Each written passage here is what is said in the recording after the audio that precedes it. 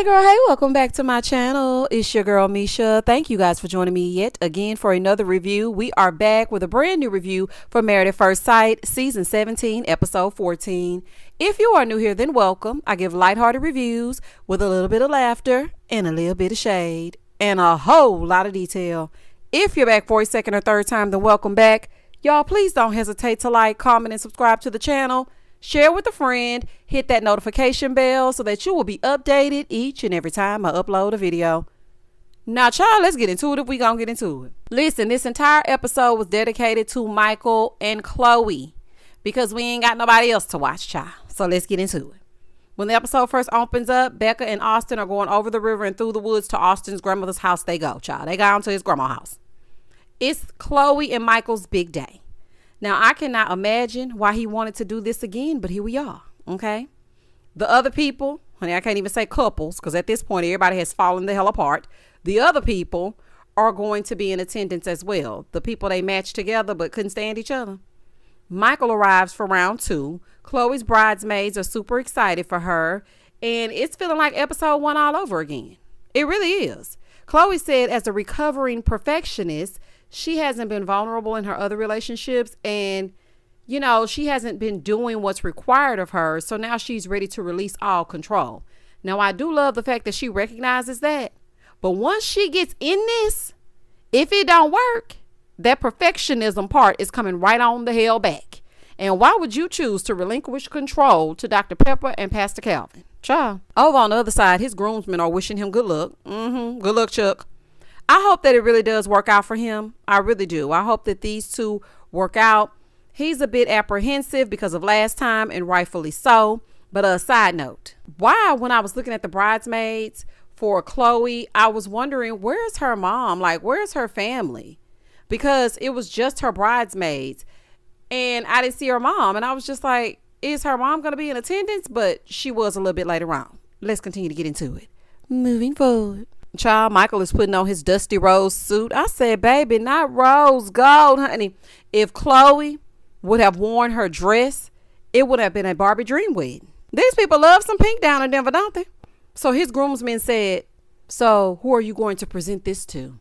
Sir, what? I said, what kind of groomsman does he have? Michael said, well, you know what? She does not have to be as eccentric as I am. I'm enough for the both of us.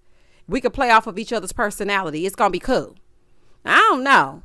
Maybe Chloe has a wild side. We shall see. Because she just seems so conservative to me. And he seems so wild and free and very much a creative. I don't know. Aesthetically, it's off, but you just never know. Ugh. Orion is back on my screen. Orion, the mere vision of you pisses me off. Now, we ain't got nobody else. Because Cameron is somewhere hiding from Claire and he ain't fooling me. Austin is on a plane down to his grandmother's house. And all we have left is Orion and Brennan. So they show up in support of Michael in his room. Tweedledee and Tweedledum, don't listen to any of their advice, Michael. None. Here go Orion getting his own confessional for whatever reason. Talking about, it's really sad and it takes me back because it's where me and Lauren first started. And, I'm kind of nervous about seeing her. If I were Lauren, I would have respectfully declined to show up to this wedding. Okay, I'm not going to show up and watch y'all match other people and then have to sit across from the fool y'all matched me with. Child, please, I wish I would. So Chloe comes out in her dress and her pink chucks. And when I saw her shoes, I said, okay, this might work. Okay, this really might work. He may tap into her other side where she can let her hair down. I still haven't seen her mama yet, though. I'm still watching. So they exchange gifts. You know how Married at First Sight likes to do. She got him cufflinks and he wore them. Michael is a sweetie. He really is. He is really sweet. I really wish happiness for these two. I'm just going to have to keep my fingers crossed because this is all we got. So he walks in, y'all, because it's time for the wedding to get started. He walks in. He's nervous about her feeling like she's a second choice after he tells her what happened the first time. And I feel like they should not have kept that from her. That's not fair to put that pressure on him. He's already coming off the heels of a woman who ran the hell away, supposedly, allegedly, honey, because I still ain't buying it. I do not think that was real, and y'all ain't fooling me. Okay, that's probably why y'all ain't never invited me over their way, because y'all know I'm going to see right through. We see each other. Baby, I see right through y'all. But anyway, he already is coming off the heels of that. And then he has to reveal this to Chloe. That's not cool. And y'all know what? We should have taken a shot every time Chloe said perfectionism. If she said perfectionism one more damn time, I was going to scream. I was like, girl, are you sure you're reformed? Because if I hear perfectionism one more time, I'm going to lose my mind. She got to be a Virgo. Baby, we going to perfectionist something to death. But I don't want to hear nothing else about it. Okay? That's the perfectionist in me. The perfectionist in me wants you to shut up about the perfectionist in you. You know we get annoyed easily. So everybody's sitting out in the audience, the other people. Here go Claire in the audience talking about, they're the bridesmaids. Okay, that's a good sign. Claire, please. Okay, be quiet. Where's Cam? So her mom did finally arrive, because y'all know I was looking for her. Her mom did arrive to walk her down the aisle. She said that her dad had some health issues, so he was unable to attend. Her mom tells us that her and her dad have been married for 40 years. And I really liked her mom. I thought her mom was sweet as well. She has a very pleasant demeanor, and I can kind of see where Chloe gets it from. I know Michael's standing up there nervous as hell, child. So he's standing up there in his rose gold suit, and he's shivering a little bit. Child, even my heart beating fast. She came in the door swung open. Now, she did come in with a big smile, but I can't gauge it just yet, because she hasn't even seen him in his street clothes yet. See, people like to dress up, and they can catfish you based on those suits and things like that. Because I had a man catfish me one time in his uniform. He was looking real good in that uniform, but baby, when he put them street clothes on, I said, now what the hell is this? I was so turned off. I could not take it. Now, I cannot stand a man that cannot put their clothes on them right. And baby, when I saw him in them street clothes, I said, baby, all bets are off, honey. They're off. You would have to continuously wear your uniform, and that's never going to work. Anywho, and I still feel like Michael's wife is in the audience, aka Lauren, and I'm not going to say it enough. I think that Michael should have been matched with Lauren, and that's just that on that. So they go over the letters that the family wrote. You know how they like to do. They let Chloe know that they will need a custom closet because Michael has so many damn clothes. They read their vows. Michael's was very sweet. He really does want this. Now, I'm pretty sure those are recycled vows. Okay? But they were sweet nonetheless. And by the power vested in Married at First Sight, they are now pronounced husband and wife. I'm happy to see a smile on his face, especially after the last debacle. So him walking away with somebody on his arm, that is good. Chloe did say that she was very attracted to him. And I said, okay, that's a good sign. But you know, they all say that when they first get to, it's the adrenaline of it all. Everything's happening. You're so excited. You're all dressed up with a particular place to go. And you're like, oh, he's so attractive. My husband's a 10. Shawty right there is a 10. Oh, a 10. Honey, shout out to the dream. I thought that was a good sign. He did say she was beautiful, but honey, at this point, he's just happy that she has a pulse, okay? Because last time, the woman turned around and walked away. So they go and they sit down. He tells her that he wants intelligence, silliness, and sweetness. Now, I don't know if I see Chloe being silly, but stranger things have happened. Moving forward. Then they tell each other that they both have animals. She's like, oh my gosh, we might have a zoo. Oh, Lord. Whenever they merge the animals, it's a fool. Haley and Jacob, a fool. Mark the Shark and Lindsay and all them damn cats, a fool. Alexis and Justin, woo! Don't even get me started on Maya. Maya got freed only when Alexis went her way. I'm never gonna forget it. Hopefully this time is different, but every time we merge the animals, that is an omen for bad news. Okay, it's just always a fool. So Michael breaks down and tells her about the runaway bride situation. Baby, he ain't waste no time. He ain't even ask her favorite color, when her birthday was, if her mama and daddy were in attendance. Just, hey, so I was supposed to marry somebody else, but they didn't want to marry me and they ran away. But don't think that has anything to do with you, because it doesn't. This is our first time. This is our first go around. I'm all in when it comes to you. I'm not jaded or slighted or anything, because I don't care about the fact that she ran away. I'm here with you. Now, he did say that he wants her to know that their experience is totally different. It's unique to her. And she did take it well, even though that wasn't his job to tell her that. Now, I appreciated him getting it out, but I felt like he should have eased into it. But I guess ripped the Band-Aid on off. I don't know. I appreciated how she, didn't let it ruin things, but I hope that that's a genuine response, because Lauren was the exact same way with Orion. Everything was great. Everything was, okay, well, I can learn about this and this will be great. And we see how that turned out. So the others are outside, all broken, trying to pick apart their wedding. So they're all standing around talking, basically Emily and Claire. So Emily goes, their vows were really vanilla. Nothing stood out. Girl, Brennan don't even like you. His disdain stands out. That's what does stand out. Leave these people alone. I do not know why y'all brought this misery for their company. We don't need this. Okay? They don't give a damn whether or not Michael is happy. Why are y'all bringing them to this? Now, I know y'all had to fill up his side because, baby, his people were like, listen, we took off work last week.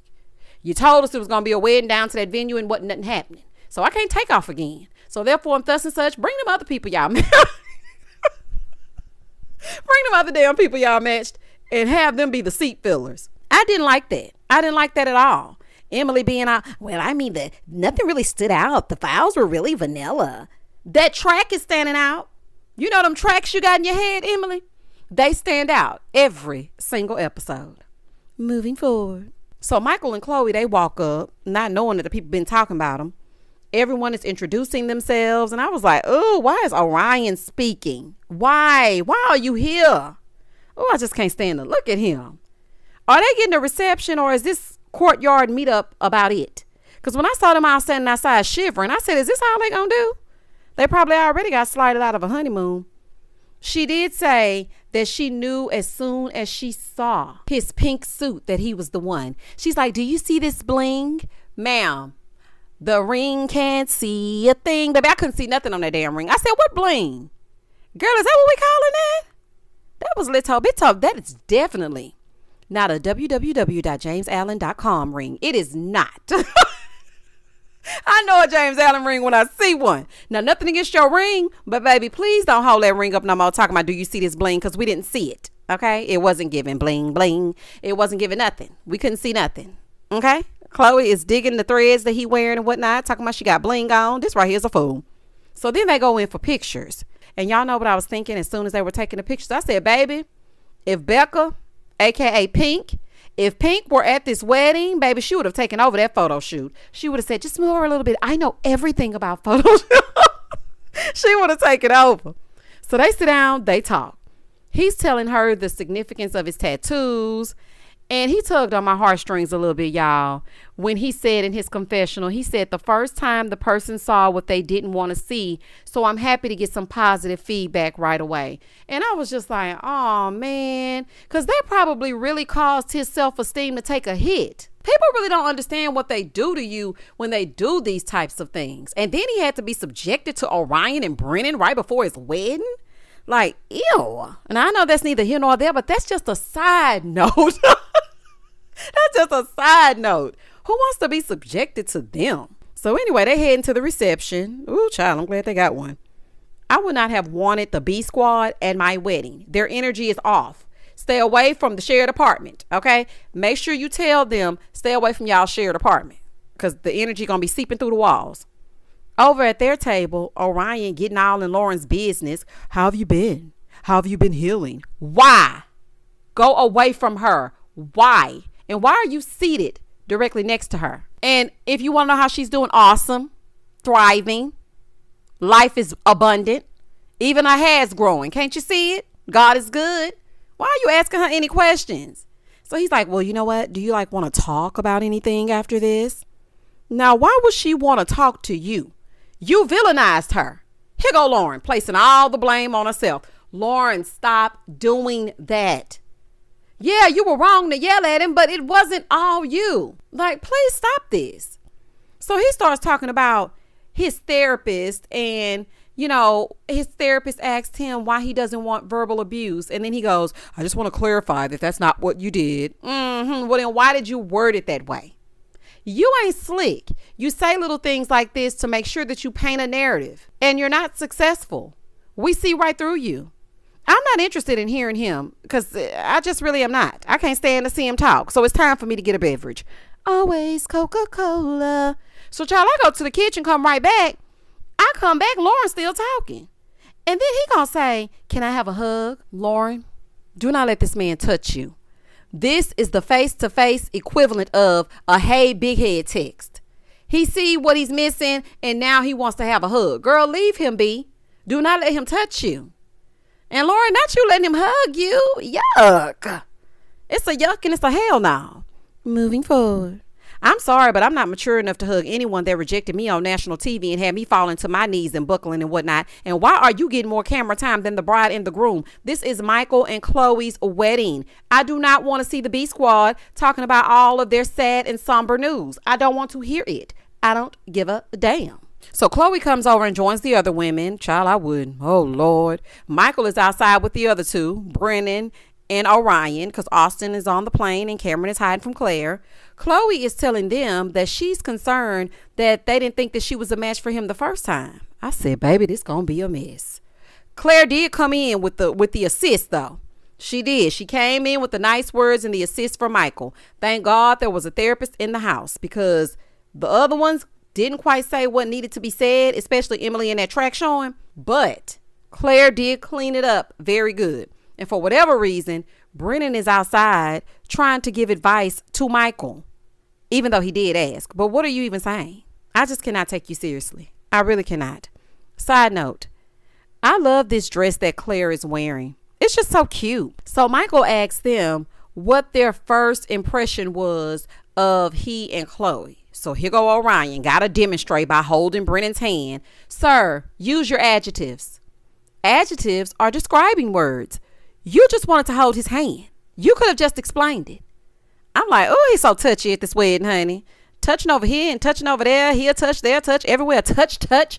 Just describe it. Don't touch him. So they come back inside. They're cutting the cake, kissing, mingling. Ha, ha, ha, ha. Oh, my gosh. It's all or nothing. I'm sorry, not all or nothing. It's always something. Because it's always something.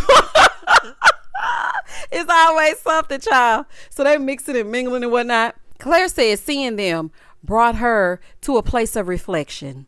So she goes aside to call and check on Cameron. We're sorry. The call cannot be completed this time.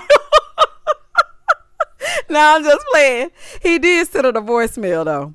So Claire's like, me and Cameron, we have such a great friendship, and I'm just excited to see where it can go from here. Ma'am, you did not come on here to get a BFF. You came on here to get a husband. Baby, this little wedding got everybody in their feelings, honey. Everybody's rethinking some things, except Brennan, because he can't stand Emily. Cameron ain't trying to talk to you, girl. I think he resents her. He's trying to play it cool, and he's hiding behind everything else, but I really do think that he resents Claire. So the party is underway. Micheal is talking to her friends and family. Chloe is talking to his groomsmen. So they ask her what she thinks of his style. She's like, I love it. When I saw that pink suit and the heart cut into his hair, I was just like, yes, this is what I've been wanting. Chloe, now don't piss me off, okay? And one of those groomsmen was looking at her like, girl, I call BS. He looked straight through her. I said, that one in the middle, he is I and I am him, okay? He looked at Chloe like, girl, that's not the truth. You a lie and the truth ain't in it. I feel like Chloe is just saying all the right things to his friends, because they asked her something about if he wanted to buy $1,000 suit or something, what would she say? And she was like, it's all about what makes him happy. No. If we have bills to pay and priorities and responsibilities, you do not need to be buying no $1,000 suit. Okay, so girl, I think you're just saying whatever you think sounds good. Meanwhile, Micheal is telling her family that she was his second go round. Micheal, please. Not now. There was no reason for them to know that. That's not any of their business. Okay, she will break it to them soon enough, or they can watch the episode. Oh, child. Moving forward. Chloe is over there with the girls, and she's like, I'm worried because Micheal didn't heal from the rejection that he had the first time. He might not know it. I just don't know. Like, why am I second? So she reveals to his friends that she doesn't want kids. She wants to adopt or foster a child. And I was like, uh-oh. Now, at this moment, I didn't know if Micheal wanted biological children or not.